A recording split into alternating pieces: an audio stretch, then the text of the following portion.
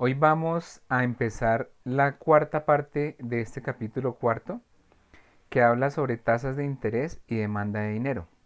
Entonces vamos a definir los diferentes tipos de tasas de interés que tienen que ver con la inflación y vamos a ampliar la definición de demanda de dinero y equilibrio monetario que presentamos en la primera parte del capítulo. Entonces vamos a empezar. Inflación y tasas de interés. La tasa de interés nominal es la que nos cobran los bancos por un préstamo. Es, digamos, la tasa que se denominan los préstamos más usualmente y se caracteriza por ser una tasa que no ha sido ajustada por la inflación. En cambio, la tasa de interés real es aquella nominal que acabamos de mencionar menos la inflación. Cuando le quitamos la inflación decimos que la tasa de interés nominal ha sido ajustada por inflación y por lo tanto tenemos entonces nuestra tasa de interés real. Entonces, si denominamos la tasa de interés real como R minúscula y la tasa de interés nominal como I minúscula, se relacionan a través de esta identidad, que la tasa de interés real es igual a la nominal menos el nivel de inflación. Ya habíamos en una parte anterior del capítulo 4, habíamos denominado el nivel de inflación como la letra pi. El efecto de Fisher o la ecuación de Fisher nos dice que la tasa de interés nominal crece al mismo ritmo que la inflación. ¿Por qué? Vamos a ver. La tasa de interés real no está determinada en esta ecuación, sino que la determinamos en el capítulo 3, donde dijimos que en el mercado de fondos prestables el ahorro nacional es igual a la inversión y donde se cruzan se determina la tasa de interés real. Entonces, un incremento en pi lleva a un incremento igual en I, la tasa de interés nominal. A esto se le conoce como el efecto de Fisher. Vamos a ver si en Colombia se cumple. Los datos para Colombia entre el 1986 y 2005 nos muestran que la inflación en rojo, esta línea que ha variado así, y la ETF, que es una tasa de interés nominal de los bancos, fíjense que siempre es de mayor nivel la ETF, es decir que la brecha que hay entre estas dos tasas siempre va a ser igual a la tasa de interés real. Porque acuérdense que I es igual a R más pi. Entonces la diferencia entre estas dos tasas, esta es pi y esta es la tasa de interés nominal. Entonces la brecha entre las dos va a ser igual a R. Aquí también hay otra verificación con datos de que se cumple el efecto de Fisher, porque la tasa de inflación en los países que es más alta la tasa de inflación, la tasa de interés nominal también es más alta.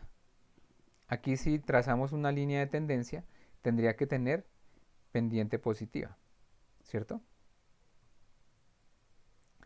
Vamos a hacer un ejercicio utilizando las dos ecuaciones fundamentales que acabamos de estudiar. En el apartado anterior del capítulo 4, la explicación de la inflación según la teoría cuantitativa del dinero, que dice que pi es igual a el crecimiento del dinero menos el crecimiento del producto real.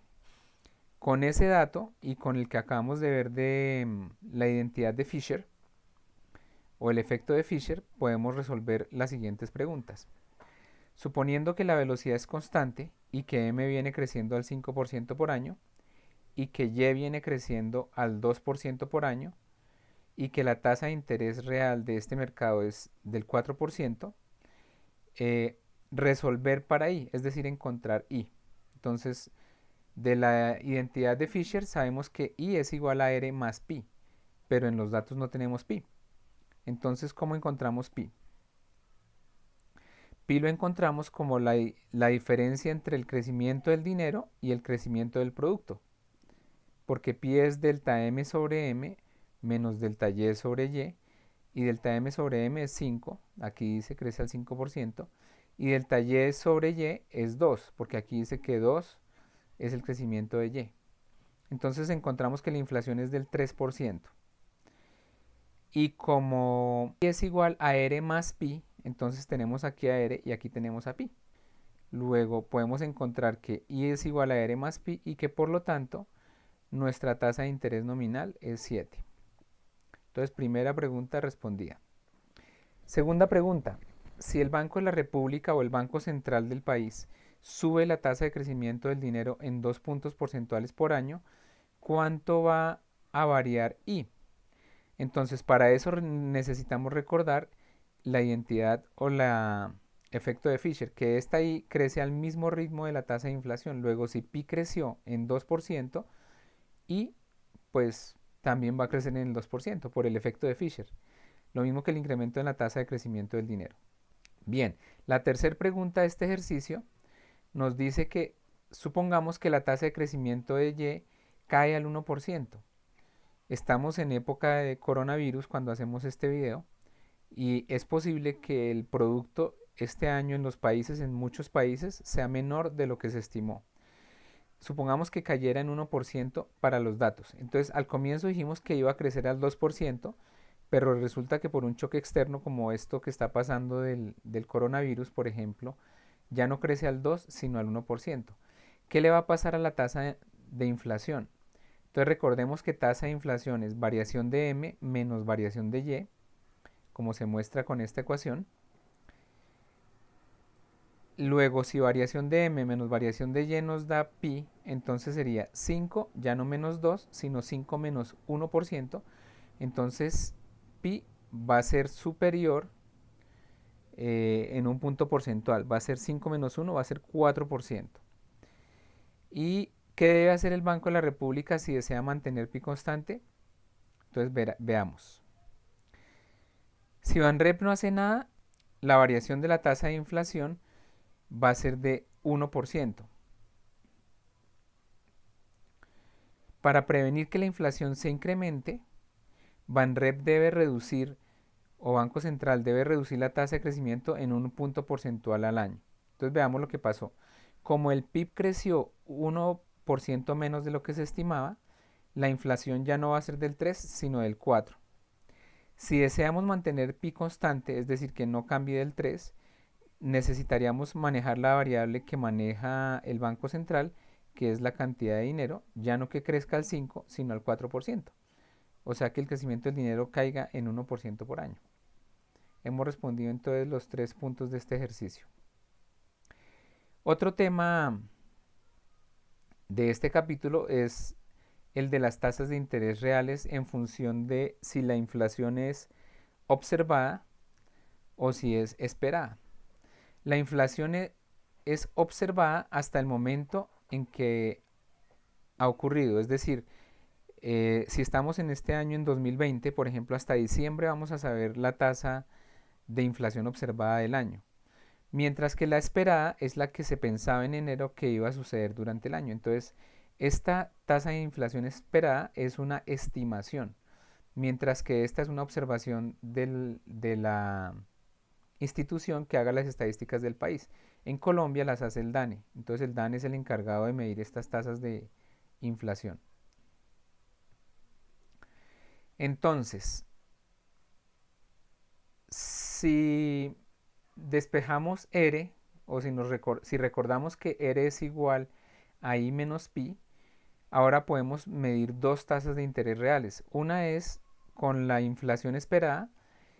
Como todavía no sabíamos cuánto iba a ser la inflación a comienzo de año, la tasa de interés en ese momento, en enero de 2020, es tasa de interés real ex ante, porque de la inflación solamente podemos tener al comienzo del periodo una estimación, lo que la gente espera en el momento de comprar un bono o un préstamo.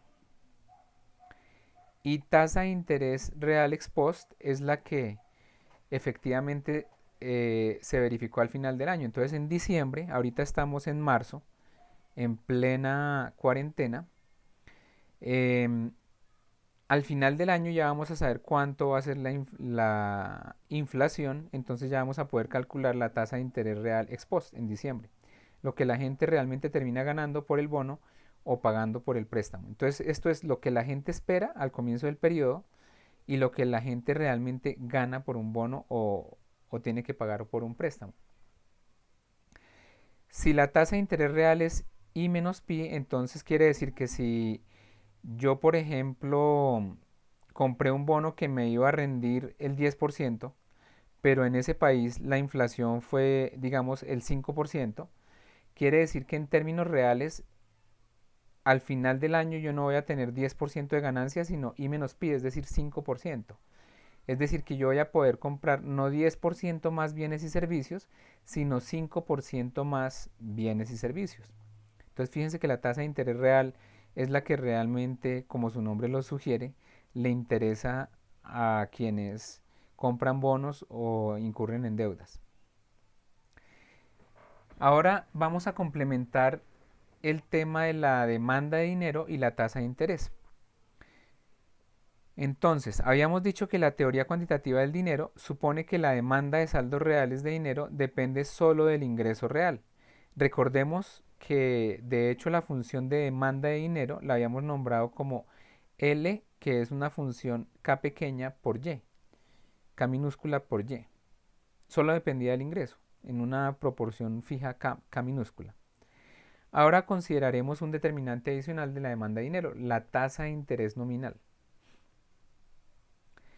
La tasa de interés nominal es el costo de oportunidad de mantener dinero. Es decir, cuando yo voy a demandar dinero al banco, si la tasa de interés está alta, a mí me interesaría demandar menos dinero para dejar la mayor cantidad de dinero que pueda en el banco ganando esa tasa de interés.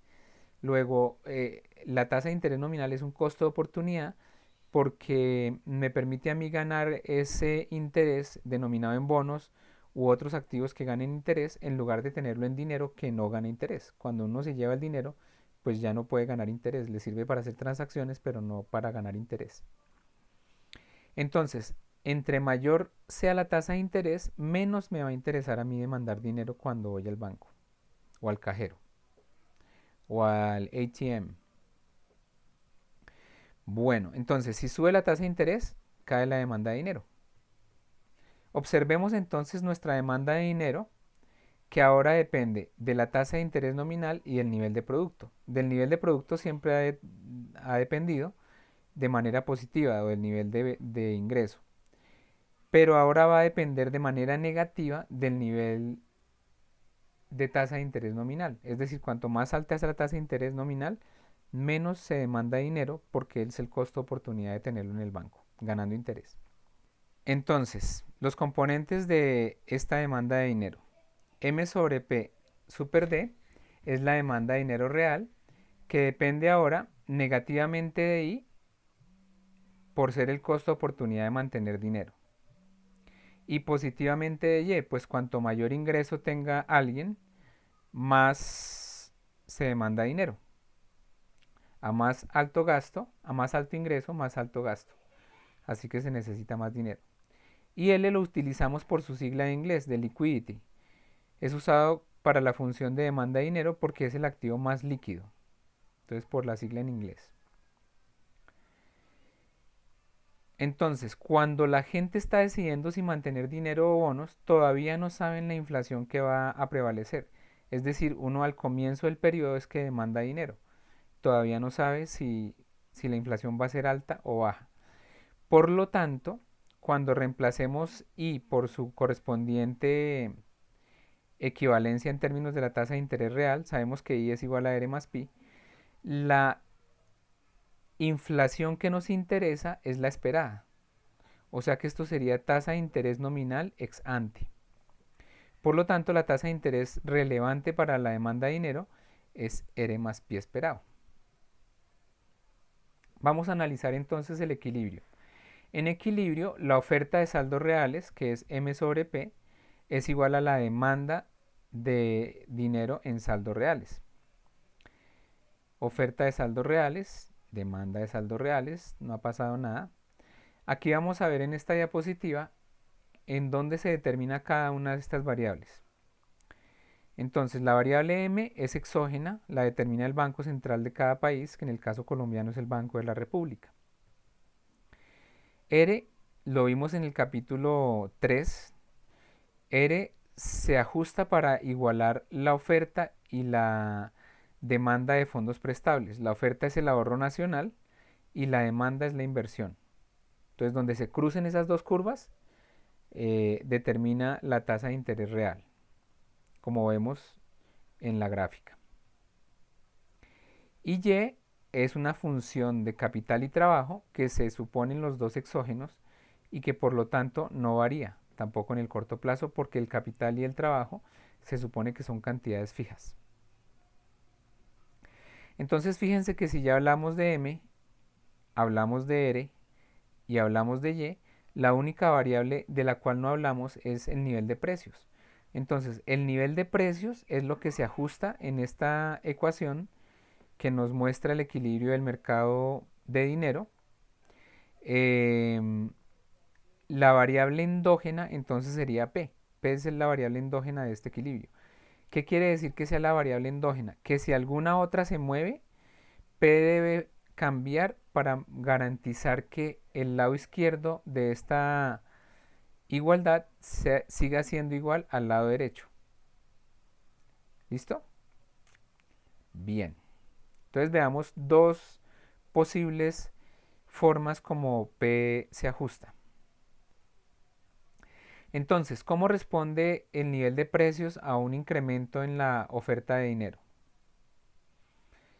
Supongamos que M es 10, que P es 2, por lo tanto esto es al lado izquierdo 5, ¿cierto? Y al lado derecho, como estamos diciendo que la oferta de dinero es igual a la demanda de dinero en saldos reales, entonces 5 debe ser igual a 5. Luego, si aumenta M de 10 a 20, ¿en cuánto tendrá que aumentar P para que esto nos siga dando 5 al lado izquierdo? Pues P ya no podrá ser 2, sino 4. Es decir, el nivel de precios habrá que duplicarlo para que 20 sobre 4 nos siga dando 5. Entonces, un cambio en M, por ejemplo, del doble, pasar de M de 10 a 20, hace que P cambie en el mismo porcentaje, es decir, tiene que crecer también el 100%. Igual que en la teoría cuantitativa del dinero. Entonces vemos que en esta ecuación es coherente, en esta ecuación hay coherencia con lo que estudiamos en la teoría cuantitativa del dinero, la que decía que pi era igual a variación de M menos variación de Y. Bien. ¿Y qué pasa con la inflación esperada? En el largo plazo la gente no se equivoca sistemáticamente en la proyección de la inflación, o sea que en promedio la inflación esperada termina siendo igual a la inflación observada. En el corto plazo, sin embargo, la inflación esperada puede cambiar cuando la gente recibe nueva información. Entonces, ¿información de qué tipo? En este tema que estamos hablando, la información importante la provee el Banco Central. Entonces, supongamos que el Banco Central o Banco de la República anuncia que M va a crecer el próximo año. Entonces, los agentes cuando son racionales dicen, bueno, ¿esto cómo va a afectar mis variables de interés? Entonces, la gente esperará que si M crece, el nivel de precios también va a ser más alto. Por lo que la inflación esperada aumenta. Entonces veamos, esto hará que a pesar de que M aún no ha crecido, en todo caso deba crecer el nivel de precios. ¿Por qué? Veamos por qué. Entonces, recordemos que el ejemplo comienza con que hay un anuncio de que M va a crecer. Si yo ya he observado antes que cuando el Banco Central aumenta la oferta de dinero, el nivel de precios va a crecer, entonces la gente sabe que esta variable, el nivel de inflación esperada, va a ser más alto. Si esto es más alto, entonces esto incrementa la tasa de interés nominal, que es I minúscula. Entonces, si crece I minúscula, tiene una relación negativa con la demanda de dinero, es decir, que se va a demandar menos dinero. Entonces, el lado derecho de esta igualdad va a caer. Para que caiga el lado derecho de esta igualdad y caiga también el lado izquierdo, se necesita que se ajuste la variable que aquí se puede ajustar, que es solamente el nivel de precios. Entonces el nivel de precios va a aumentar. ¿Para qué?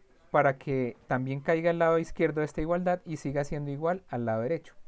Aquí lo resumimos así. Si el aumento en la inflación esperada hace que aumente I por efecto Fisher, y para valores fijos de R, Y y M, esto es igual a una caída en la demanda por dinero, y para garantizar que también haya una caída en la oferta de saldos reales de dinero, entonces se necesita que P crezca, y así se garantiza que la igualdad se mantiene.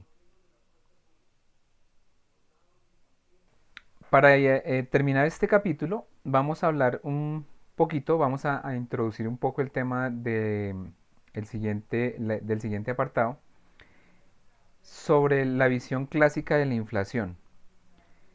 Entonces, los clásicos creían que un cambio en el nivel de precios es solamente un cambio en la unidad de medición.